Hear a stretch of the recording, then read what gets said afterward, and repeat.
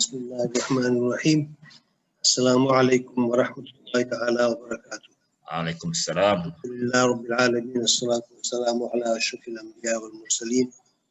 Amma ba'd. A'udhu billahi minash shaitanir rajeem. Bismillah ar-Rahman ar-Rahim. Ya ayyuhalladhina amanu ati'u Allah wa ati'u ar-rasul wa ulil amri minkum. I will try to recall what we discussed so far. Very briefly, we are talking about political science. And political science is a study of politics. It is not politics per se. So I think we should be very, very clear as to the difference between political science and politics. Politics is the activity. Those who are engaged in politics, those who are running elections and forming political parties and others, this is called politics. But I am a political science student. I observe them, I study them, I find out what is right and what is wrong. And if they ask me to tell, I will tell them what is the right way of doing and what's the wrong way of doing. But I do not take part in politics per se. So political science is the study of politics. Okay? And politics is the activity. Now, having said this, I should also tell you, and I said it before also, politics is everywhere. And the term I used was ubiquitous.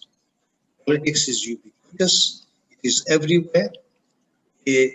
On the road, the bus, of course in the parliament, and in the executive, in the bureaucracy, in the judiciary, wherever you go, you will find politics. You will find politics also in the house. If the husband says yes and the wife says no, then you have a conflict. And that is politics is there. So politics aims at resolving the conflict. Now, resolving the conflict is not easy. Sometimes you can resolve, most of the time you cannot. So what you do is, if you cannot resolve, then you regulate conflict. You have to make sure that the conflict, the disagreement among the husband and the wife and among the public and the leadership, yes and no's, so you have to regulate it so that the conflict does not become a competition, who is right and who is wrong. Okay, and also make sure that the competition does not degenerate into coercion and violence. So the purpose of politics is pure and simple. Maintain law and order in the society, make sure that people are happy, make sure that they can do whatever they want within the limits set out by the government or by the Constitution. So politics is therefore essential, and therefore everybody must study politics. To tell you very frankly, political science is a later development. In the beginning, during the Greek Age and others, there was no such thing called political science. And among the Muslim scholars, we don't have anyone who specializes in political science. So you cannot say so-and-so is a political scientist. And there is no specific department, there was no specific department in the Madaris where they taught political science as a separate subject. Now we are doing it, but in the past it was not a separate subject because it was part and parcel of each and every subject that you study. Everything that you study, politics is there. Whether you are studying Quran, there is politics. Where you are studying Hadith, there is politics. There is politics in Tafsir, there is politics in Sunnah, there is politics in every single thing that you study. Therefore, politics is part and parcel of everything, and therefore people knew about it without necessarily specializing in it. Okay? The reason is, it is everywhere, it affects everybody, and therefore everybody must know it. Everybody must know it. And if you want to change the university, if you want to change the world, if you want to change the society, the easiest way is to change through political science. Study politics, take part in politics. I always tell my students, I said, look, if you ask me how to define what is politics, okay, and I tell them politics in the West, by Benjamin Disraeli, he defined politics as art of governing by cheating. Art of governing by cheating mankind. That is called politics. Okay? Politics is the art of governing by cheating mankind. People go there, they lie, they buy votes, and they do all kinds of nasty things. Why do they do it? Because those good people, they don't take part in politics. And therefore, bad people, they become occupied, they occupy the entire spectrum, and they occupy everything and they mess it up. But because we, good people, do not take part in politics, there's nobody to stop them. It's just like in economics, you know, there is a law, it says good money drives bad money out of circulation. Okay? Sorry, bad money drives good money out of circulation. Okay? It's the other way around. Bad money drives good money out of circulation. That's the reason why you will not see fresh notes in the market. What you see are the ugly, bad, torn notes here and there. And these are the things that is circulating all over. Good people preserve it, people keep it safe. Okay? And so same goes in politics. Bad people drives good people out of politics. They don't want good people to be there. Because if you are honest, then they cannot make money out of it. That's why politics has become dirty. It's a dirty game. Otherwise, it is not supposed to be. It's a noble profession. It's a noble profession. And the purpose of politics is good life. Purpose of politics is good life. How you want to define good life, it's up to you. Okay, you can define good life by saying, okay, a lot of money, everybody will become rich, everybody will lead a luxurious life. Okay, that's also good life. Good life also means that people will have plenty, enough to live and enjoy and to give to others. And they will have plenty of time to perform their salah, plenty of time to perform their rites and rituals. And they will do all kinds of things. That's also good life. Good life means enjoining good and prohibiting evil. That's good life. That's what politics is supposed to do. But nowadays, politics is not doing this. Politics has become a game of manipulation. People, the politicians, they manipulate one another. They buy votes. So today you have one government, tomorrow you will have another government. How come same parliament, you have the same parliament, and the same parliament today is electing one, and tomorrow is electing another one? The reason, these people, they are being bought by others and they sell themselves. That's how it is done. When elections take place, they buy votes. That's bad politics. And that's the reason why we should be engaged in politics and we should take part. Now, when we talk about politics,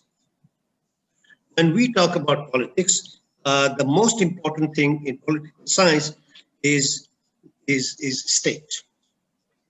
State is the most pivotal concept in the 20th century. In the 21st century, people do not give much importance to state because they say that there is no more state. All states have withered away. However, a state is still important. What is a state? A state is a complex organization. Okay, we talked about it before. It's a complex organization consisting of population, territory, sovereignty, and government. These are the four elements of a state. In any introductory textbook that you open up, the definition they give you is that a state is a complex organization, consists of territory, population, government, and sovereignty. Okay? Sovereignty means the freedom to do and undo what one writes. Okay? Population means people. People may be citizens, they may be aliens. Okay? And government is the most important part of it. Government speaks for the state. And therefore, the concentration is on government. Government includes three things: executive, legislature, and judiciary. Government includes executive, legislature, and judiciary. And they have different functions. And for the sake of easy remembrance, I say executive executes, legislature legislates, judiciary adjudicates. Judiciary adjudicates. So laws are made by the legislature, laws are executed or implemented by the executive, and laws are interpreted and understood, explained by the judiciary. So if you have any conflict between one person and another on a particular piece of law, you go to the judiciary, and judiciary will tell you what is the meaning of the law and what the law wanted. So judiciary adjudicate it, try to mediate between the conflicting parties and come up with a solution to the problem that is in hand. Executive, I must tell you, we will talk more about executive later on. Executive does not simply mean Prime Minister and Young Tuan Agong. Okay? Executive does not simply mean cabinet. Cabinet, of course, is part of the executive, but executive is not cabinet. It has two parts. One is the cabinet, and the other one is the civil servant, the bureaucracy. So executive would include a permanent executive, which is bureaucracy, and the impermanent executive, the cabinet and ministers. Ministers, prime ministers and others, they come and go, but the bureaucracy remains. It's permanent. That's why I say bureaucracy is the steel frame of the state. The steel frame. So the prime ministers may come and go.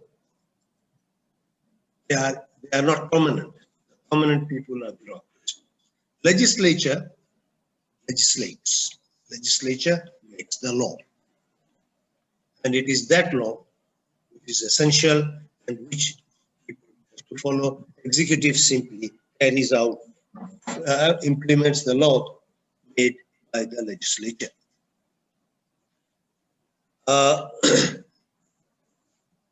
Therefore, legislature has a huge role to play. Executive do not make laws. Laws are made by the legislature. Legislature is the most important role. And in some countries, legislature is the supreme lawmaking body. It's sovereign. In Britain, if you ask where is sovereignty, they would say sovereignty is in the parliament. So they talk about parliamentary sovereignty. Parliament can make and unmake laws. Islam also allows you to make laws. Some people would say, how come you cannot make laws? In Islam, laws are already given. It's fixed. You cannot make laws. But we say that no, it's not true. In Islam also, we make laws. We have everyday occurrences taking place. Should we lock down or should we not lock down? Okay. Should we go for PKP or not? All has to be decided. Who is going to decide?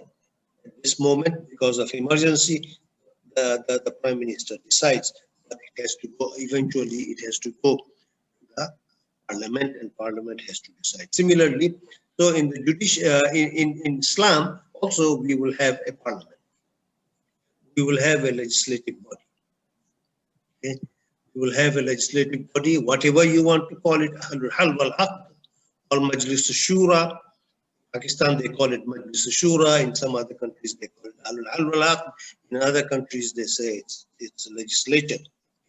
Whatever it is, the legislature has to be there. Now, this legislature has to follow certain rules and regulations. The legislature must be subservient to the Quran and the Sunnah of the Prophet Sallallahu Alaihi Wasallam. It's true not only of the legislature, but executive and judiciary, they all have to obey. They all have to follow the Quran and the Sunnah. Okay? And the most important ayah from political science perspective in the Quran is Surah Baqarah, where it says, Ya ayyuhalladhina amanu, ati'u Allah wa ati'u Rasul, wa ulil amri minkum, fa in tanaza'tum fi shay'in, farudduhu ila Allah wa Rasul.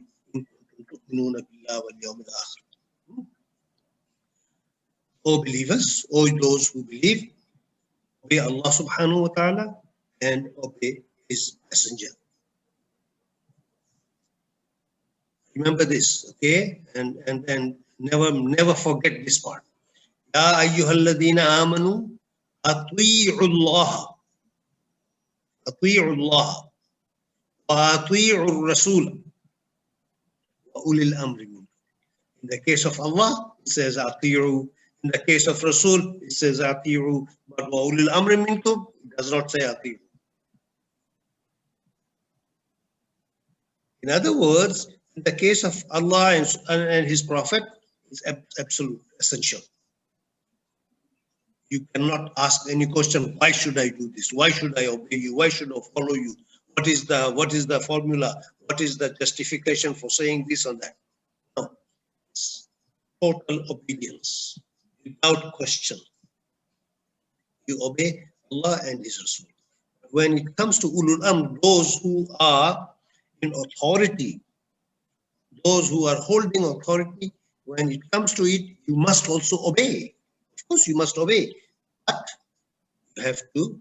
you have to be judging whether the command coming from the authority, is this the right command?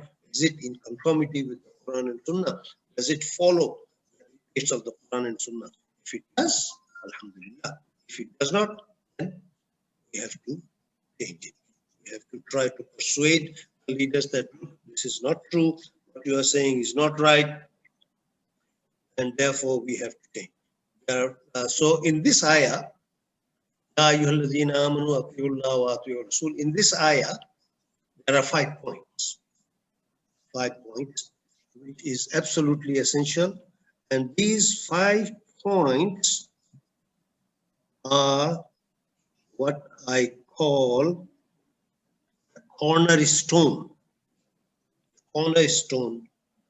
of the entire political structure of Islam. These 5 points. And 5 points come from this ayah of Surah Baqarah. I think it's ayah 459. Yeah, 459. That's the Surah Baqarah. And this ayah has 5 things. Number 1, as I told you before, Atiullah wa Atiur Rasul. So Allah subhanahu wa ta'ala and the Prophet sallallahu alaihi wasallam, they must be given priority to every other obedience. You must obey Allah and you must obey Prophet. Everything else comes later, not before. So this is the first point that we Muslims must remember. And when you talk about politics, you must also remember this. Second point is that those who are in authority, they are subject to the obedience to Allah subhanahu wa ta'ala and His Messenger. In other words, the leaders, the rulers, they must also obey the Prophet, obey Allah subhanahu wa ta'ala and the Prophet sallallahu alaihi wasallam. Number 3, that head of state, the leaders, they must be from among the believers, because it is Ya ayyuhalladhina amanu. The head of the state must be from among the believers, because according to our tradition, the head of the state is the Imam. He's the Imam. He must know everything about Quran and Sunnah and everything, and he must be the first one to obey before he asks others to obey. Fourthly, it is possible for people to prefer the government and its rulers. It's possible. There is a room for the public, general public, to disagree with the rulers and those who are making law. Okay? And when you want to disagree, of course, we disagree with respect. We disagree with respect. We tell them very gently, sorry, what you have said is this. I have a different opinion. I agree. I want to tell you that this can be done this way, that way. But with respect, with what is called with beautiful sermonization. With beautiful sermonization. Hikmah. Hikmah. And beautiful sermon. So not that you, because you don't agree, you start abusing him. The way it happens nowadays, if somebody disagrees, oh, he's Bodo. Oh, he is foolish. He's stupid. He does not know anything. Hey, what you are saying is all rubbish. I do that most of the time. That's why I'm telling you. Okay? But this is not how Islam teaches you. Disagree with respect. And explain with evidence. This is this, this is that. And we should therefore be very, very careful. Okay? So, I remember I was in London and I was in the British Museum doing research, and I became friendly with one aristocrat, British noble aristocrat student. And he was always wearing four-piece suit, you know, and carrying an umbrella and a watch to the pocket.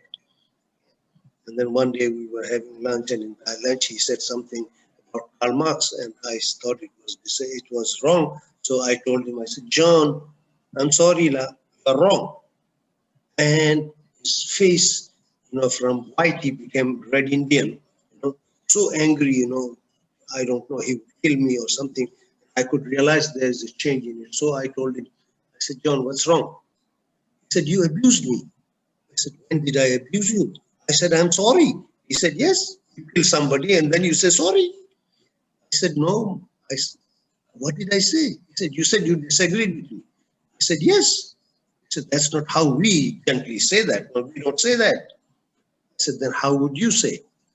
If I were you, I would tell you, Rashid, you have said this, you have a point, but I have a different point. I wouldn't say I disagree with you. This is it's respect. Show respect to others.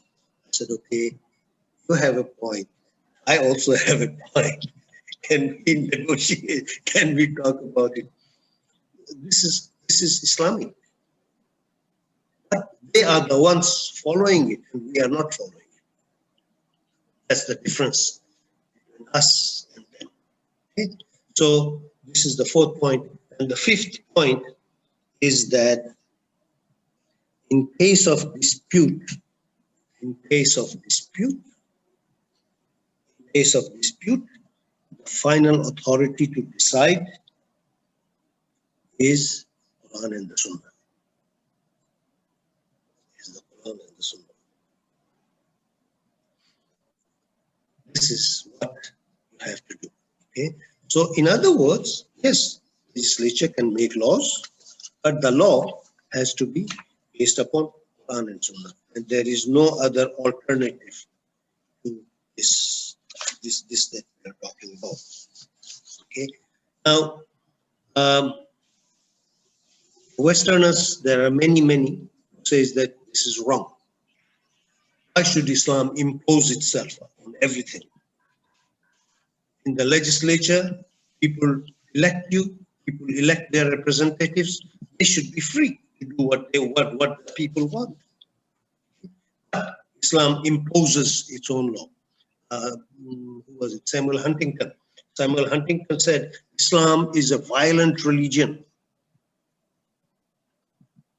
and Islamic civilization is uncivilized. And therefore, there will be clash of civilizations. That's the most famous Huntingtonian thesis, okay? That there will be clash of civilizations between Islam and the West. Why? Because Islam is violent. Because Islam does not allow you freedom to discuss and describe and disagree, which is not true. Okay? Even in England recently, they say that we should not follow Islam, and that Sharia should not be implemented. Sharia is not compatible with human rights. So if you are following the Quran and Sunnah, then you are against human rights. This is what Western say, and this is law passed in the House of Lords in the United Kingdom. That Sharia is in conflict with human rights. I don't know how they came to this conclusion. Sharia is all about human rights. Sharia is all about human rights. Give everybody the freedom to discuss and then arrive at a conclusion. Quran tells you, right? Whenever you want to decide anything, you have to consult. You cannot impose your decision on others. شاورهم في الأمر. شاورهم في الأمر. فإذا عزمت فتوكل على الله. On the other hand, we simply say, oh, tawakkaltu ala Allah, leave it. We will not allow any discussion to be happening. But Allah subhanahu wa ta'ala says, وَشَاوِرْهُمْ فِي الْأَمْرِ. Consult on affairs. Consultation means every single individual must be given full freedom to discuss the matter. Full freedom to discuss. And once everybody has expressed their opinion, then you should take a decision based upon unanimity, if possible, otherwise by majority.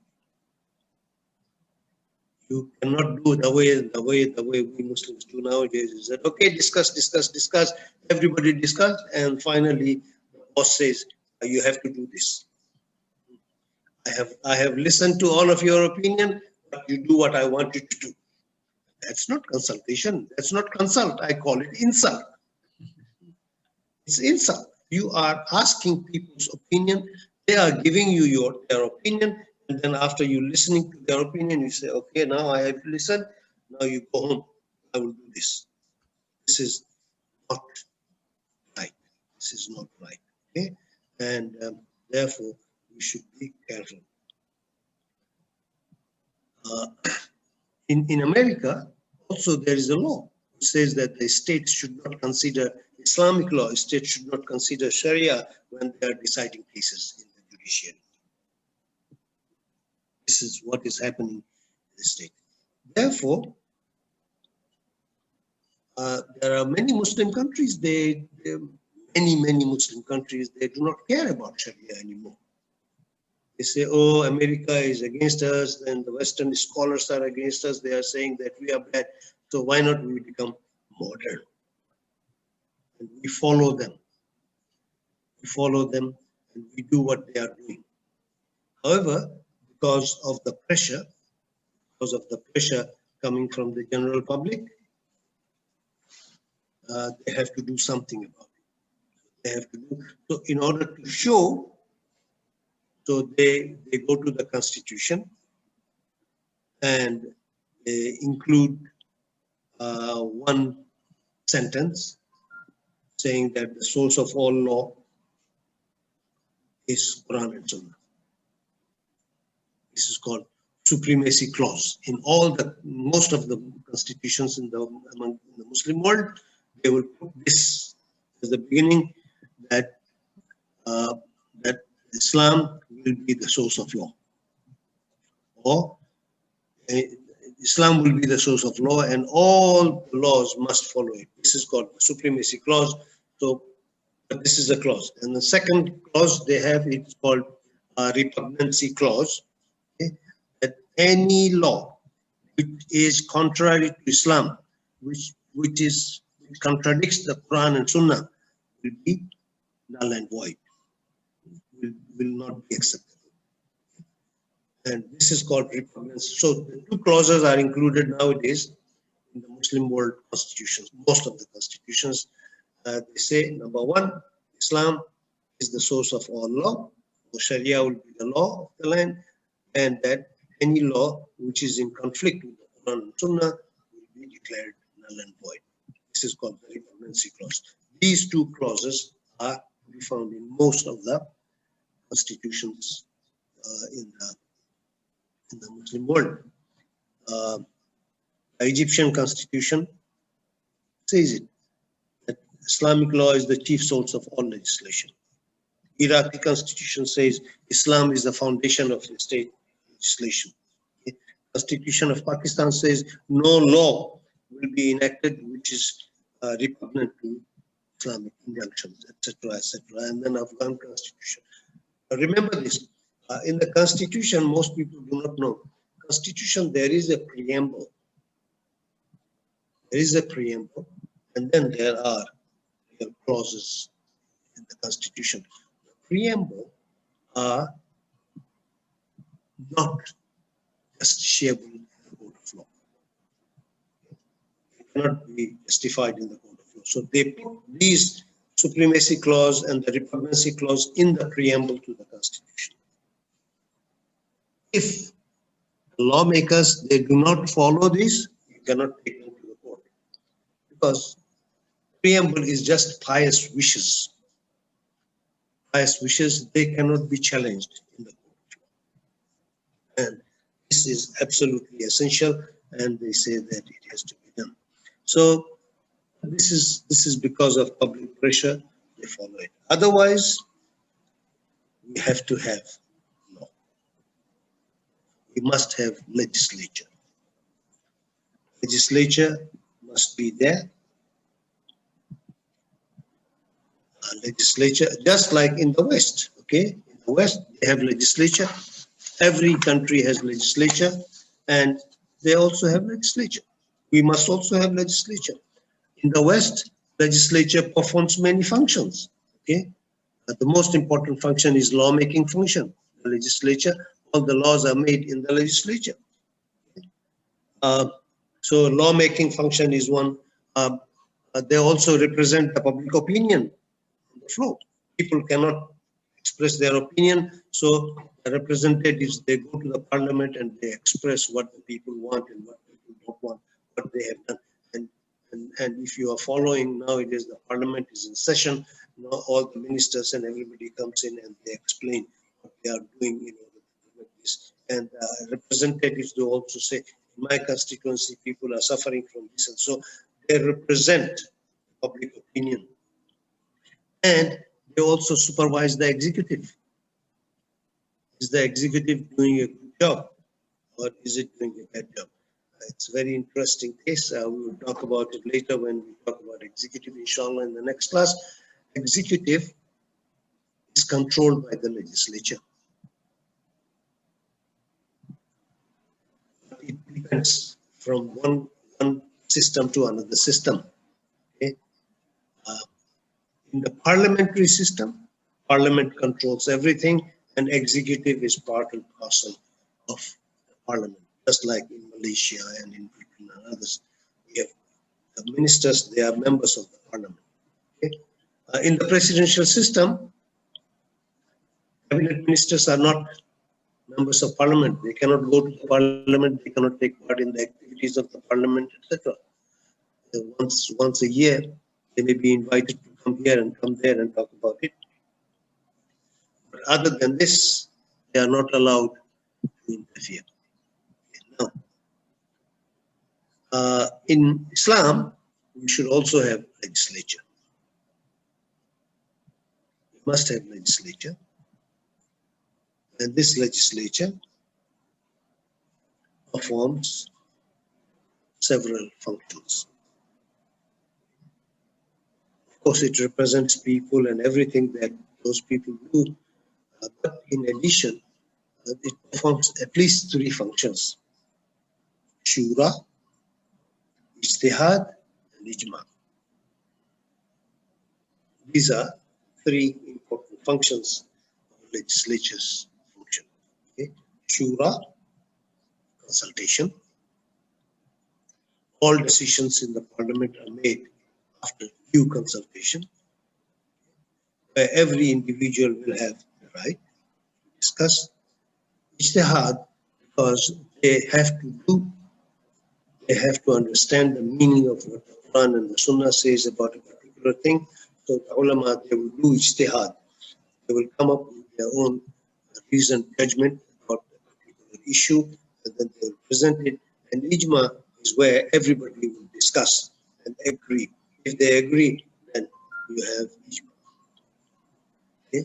If they agree, then and then alone you will have ijma. So the legislature, before they do shura, ijtihad, and ijma, we have to be very, very clear.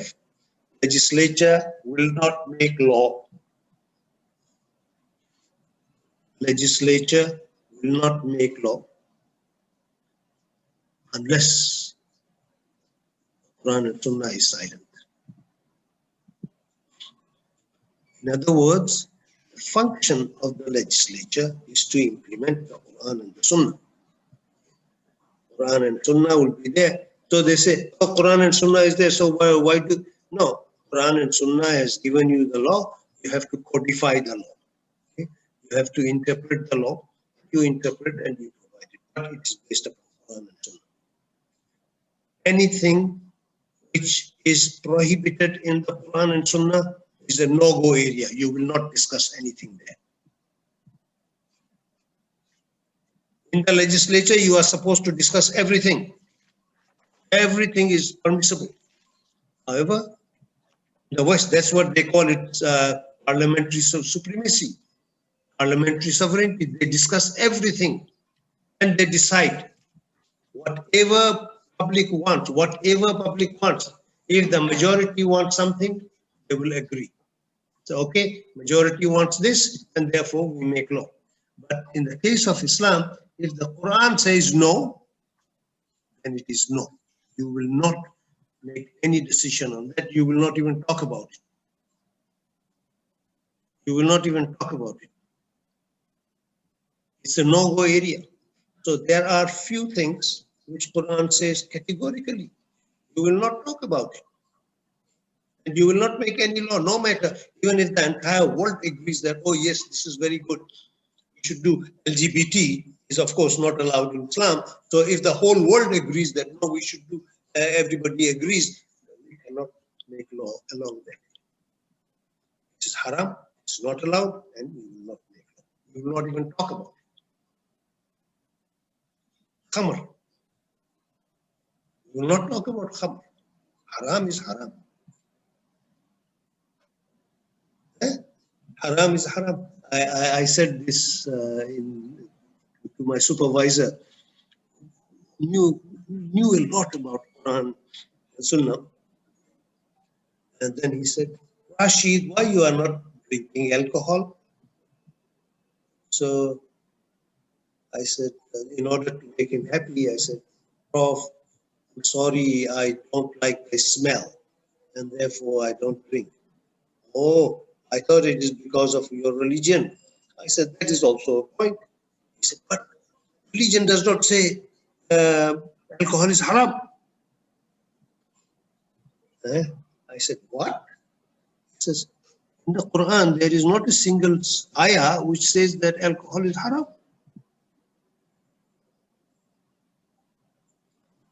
I said, Prof, are you sure? He said, yes, I'm sure. I said, why? He says, only few things are haram in the Quran. إنما حرم عليكم الميتة والدم ولحم الخنزير وما أهل لغير الله به. These are the only four things haram. Where did you get alcohol haram? I was shocked. But then I remembered my teacher taught me this beforehand. He told me that somebody would tell you that this. That Quran talks categorically about the word حرمنا عليكم الميتة والدم ولحم الخنزير. Okay? وما أهل لغير الله به والمنخنقة والموقوذة والمتردية والنسية.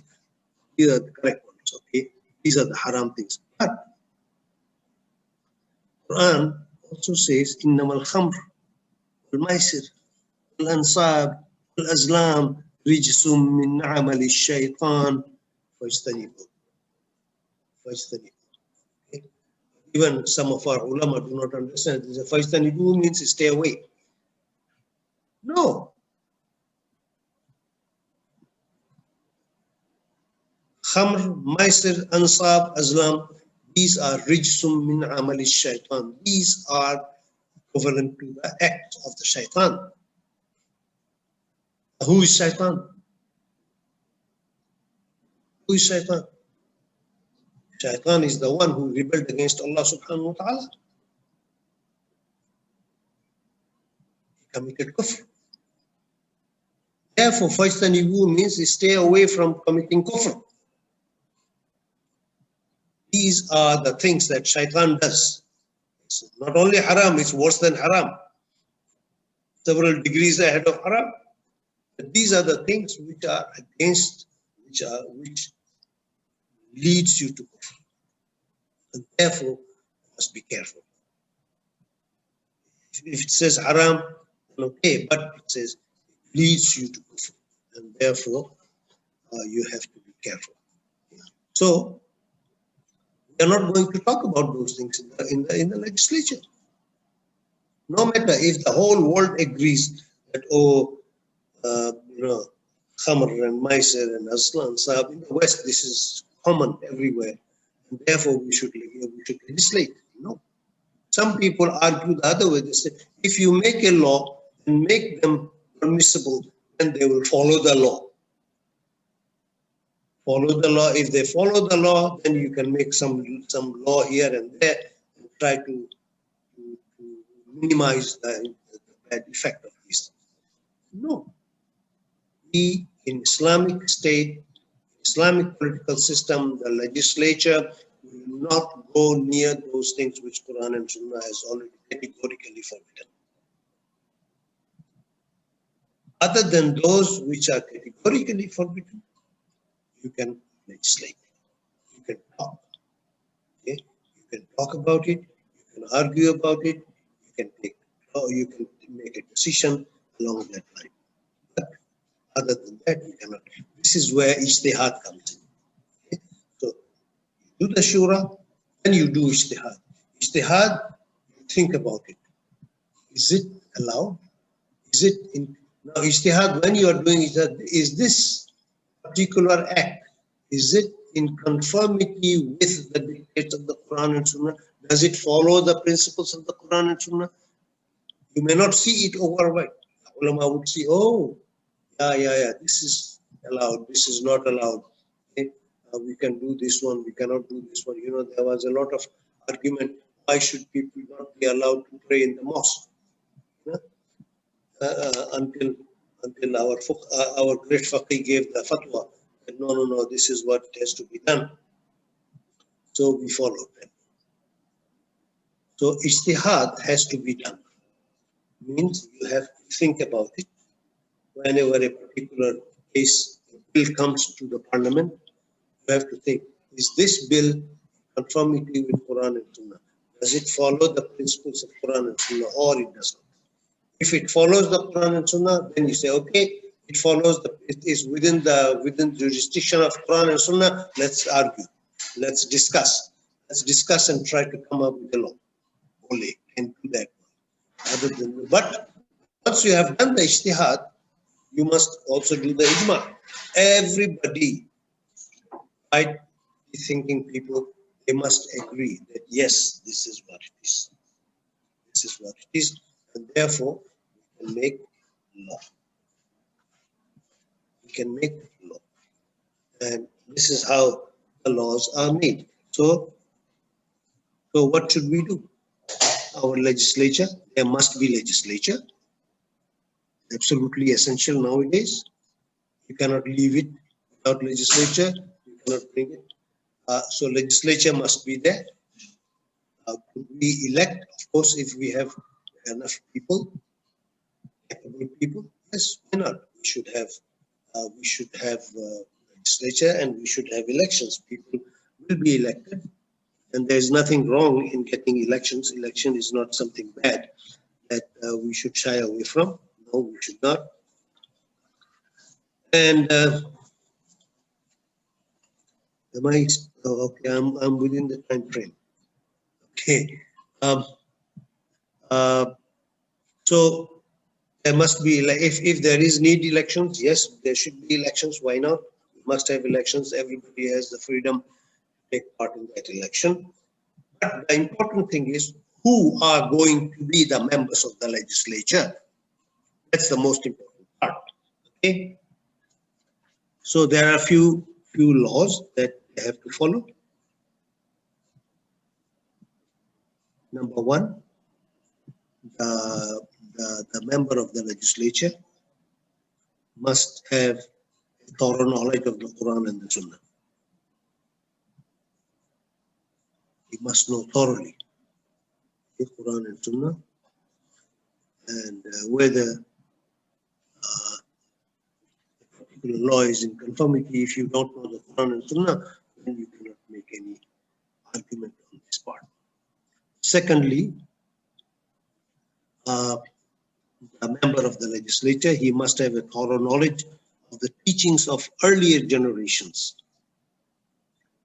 Okay? So we have to look into the Turath, or heritage. We have to look into the heritage to find out what did they do. There are not many things new in this world. The thing that we are thinking about, people have thought about it. Okay? But they may have thought about it under different circumstances. So if we know what decisions they have made, what kind of arrangement they have, what kind of agreement they arrived at, then we will benefit from it. And if they made a mistake, you should be able to say that, look, we cannot follow that kind of thing. Okay? Thirdly, the legislator must have a knowledge of the rules of ijtihad. Yes, rules of ijtihad and analogical deductions reasoning. Now, if we know what are the rules, you cannot just argue. Your argument must be based upon certain principles, must be based upon certain rules and regulations. And if you don't know what are those things, then you cannot be a part of it. Lastly, the last important thing about members of the legislature is that they must have good reputation. They must be incorrupt and incorruptible. Not only that they are incorrupt, they must be incorruptible. Honest, sincere. Okay. There has to be public trust. People must have trust in them. If they don't have the trust, then how can they function? Therefore, so you have to have a good reputation, probity and wisdom. Okay, so the people of trust. These are the most important things. If you don't have this, then people will have no trust in you. So if you have these 3 or 4 qualities or 5 qualities of a legislator, then they can perform their functions, legislative function, in the best possible manner. Okay? So the making law is the function of learned people. Unqualified people cannot perform this. Unqualified people cannot perform this. And this cannot be done, and he must have the respect of the general public. People, if you are honest, you have trust, you have confidence, people will have trust and confidence in you. And if people have trust and confidence in you, what do you want other than that? I think you don't have to worry more about it. What is required is that people must have trust in you. If you don't have the trust, then you will have problem of making laws for the society. The society will suffer. The society will suffer, and society will go down the drain if right people are not in the right place. Even in your daily life, you can see that nowadays I enjoy this part. I grow beard, and when people see me with beard, they give me salam. So one of the most important advantage of having growing beard is that you get salam. There are prayers for you. Otherwise, you don't get it. So if you see an alim, automatically you show respect. If you see a faqih, you automatically show respect to him. But if you see a politician, nobody respects him. Of course, out of fear, out of hirs, okay, out of your desire to become somebody or something, out of respect, you show him respect because you know that he's going to do some good to you, or he may harm you. Out of that, you respect. But otherwise, the respect that they have, the politicians have, is not from the heart. It is from the hand. What they give and what they don't give. And therefore, it's difficult to obey. So if the legislators are the people who are trustworthy, who are beneficial, who are knowledgeable, who have wisdom, then people will have trust in those people, and then whatever they do, inshallah, will be on the right track. Billahi tawfiq wal hidayah. Assalamu alaikum wa rahmatullahi ta'ala wa barakatuh. Alaikum salam wa rahmatullah. Thank you so much, Prof, for deliberating on the cornerstone for political system. You mentioned the 5 items, and then you talk about Islam is not compatible, relevant. I mean, the issue that people are saying now, Islam is not relevant. You on that, and so on. We have 3 good questions on our chat box. First from brother or sister Habibu. What is position of Sharia as regard the international law that allows a clause to be inserted in a loan agreement between countries to the effect that in default of payment, the country giving the loan can interfere with sovereignty of the borrowing country? Of course, IMF do this. So what's your take on that, Prof?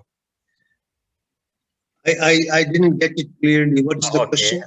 The question is that if international body like IMF giving a loan to certain countries, if you default, then the collateral will be whatever your land, or like the case of the Chinese loan in Africa. If you default, they will take some properties or real estate, something like that. What do you respond on this? Okay.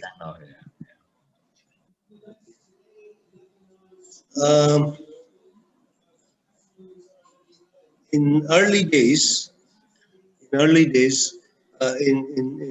Pakistan and other places, there were some people who were relatively rich people. They would give loans to the poor people. They would go house to house, give them loan. Okay, you take 50 ringgit, you take 100 ringgit, you take 200 ringgit, but you have to give us interest on it. Every month, you have to give me 10 ringgit. I will not disturb you if you give me 10 ringgit. And poor people, we cannot pay 10 ringgit. So he would go back. He would say, hey, give me my money. So I said, I said, no, I'm not asking for the 500, 200 ringgit that I gave you. I'm asking for the 10 ringgit, which is my interest. So give me the interest, keep the sum to yourself so that I keep on continuously getting it. This is riba. This is riba, and riba is haram. Allah says, Allah al-bay'a wa harrama riba. Okay? Allah subhanahu wa ta'ala has made business halal, but riba is haram. So whether you take riba from the IMF loans or you take it from there, from any other source, they are there to make money. And most of the countries which have taken loans from these big firms, they are indebted forever. They cannot repay the loan for the rest of their life. So every year they have to keep on paying the interest on the debt that they accrue. That's why they say the loan you get is a debt trap. It's not debt. It's not D-E-B-T. It is D-E-A-T-H. Debt trap. You take the money, you will never get out of it. And you have to remain slave to them. This is haram. But then you can argue, oh, I need money. If you need money, make money. Not by begging, but by working. Live within your means. Cut your coat according to your cloth. So this is my simple understanding of it. Others, many governments have fallen because of this. We had this problem in 1998. Remember, in 1997-98 financial crisis, somebody wanted us to borrow from the bank. Mahathir said no. And the reason was very simple. It's a debt trap. Once you borrow, you remain indebted to them. Turkey did it before Erdogan took over. Once Erdogan became the president, the first thing he did, he said, no, we owe $30 million these different banks. The first thing we have to do is to repay those things so that they don't disturb us anymore. So he locked jam on several items, and then he created money, and then he gave them the money back. He said, okay, this is your money, I owe you nothing. And then he started fresh. So there are people who are doing it, who are mindful. Iran is also going along the same line. Okay, okay, Prof. This is my humble understanding. I may be wrong. Please. Next one from Prof. Abdul Fattah, a bit long. Talking about politics is not easy because we find many gaps between its theories and its practices. There are many systems of politics, democracy, kingdom, authoritarian, khilafah, etc. What factor does Islam pay attention to? System or values? Is there a good example of practice of Islamic? Second one, we are agree with the importance of ijtihad, but in the development of specialization in our sciences, how must the ijtihad be conducted, individually or collectively?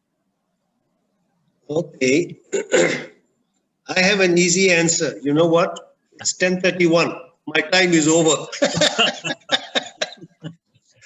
So I will not answer.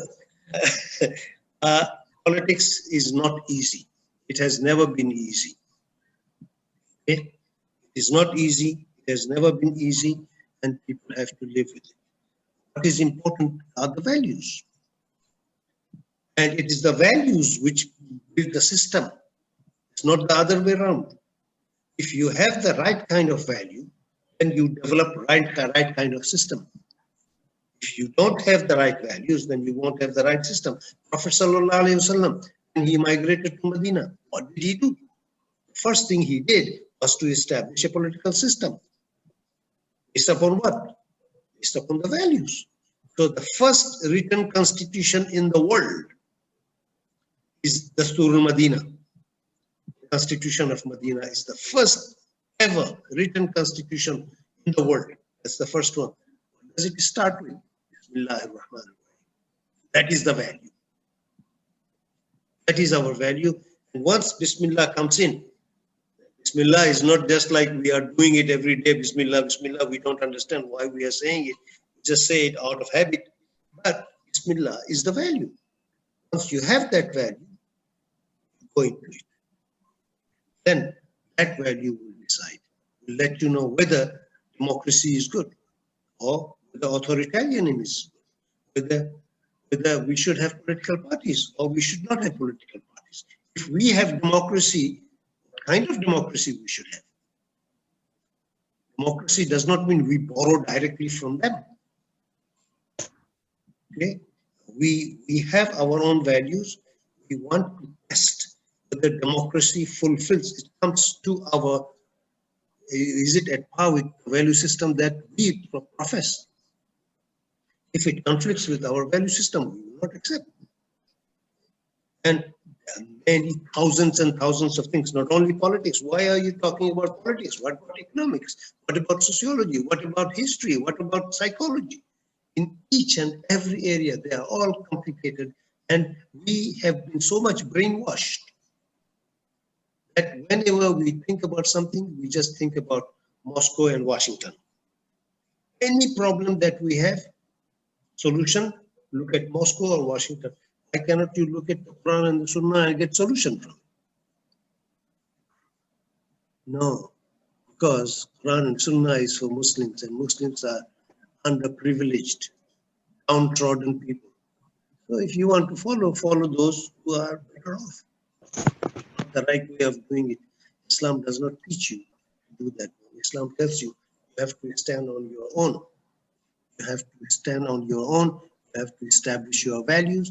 And of course, you will have enemies all around. You have to live with that. Okay? I hope I have given answer to your question. Thank you. Definitely, politics is definitely very difficult. And therefore, I say, come and join the Department of Political Science. I will teach you everything that you want. If not, we will ask Brother Sharon to open a class. Okay? We will have political science every day, inshallah. Okay, bro. We have one good one from Brother Nuruddin. I'll forward to you. I hope next week you will elaborate on this question. Okay. This is a very big question. Inshallah. Thank you so much, Prof. Thank you very much for tonight. Please pray for me. Any final word, 1 or 2 minutes, Prof? العصر إن الإنسان لفي خسر الذين آمنوا وعملوا الصالحات وتواصوا بالحق وتواصوا بالصبر. Allah subhanahu wa ta'ala says, by the time, we must take care of the time. If not, we are at a loss. Human beings are at a loss because they are not concerned about time. Time is limited. Your time is fixed. My time is fixed. And if we do not do things on time, then we will be at loss. So those who are at loss are those people who do not take care of time. But those who have belief in Allah subhanahu wa ta'ala, and those who do the right thing, they will not suffer. But to have faith and to do right thing is very, very difficult. It's very, very difficult. It's not easy. And therefore, you have to say, it's difficult, continue. You have to be on the right track, continue. And because it is difficult, you have to exercise patience.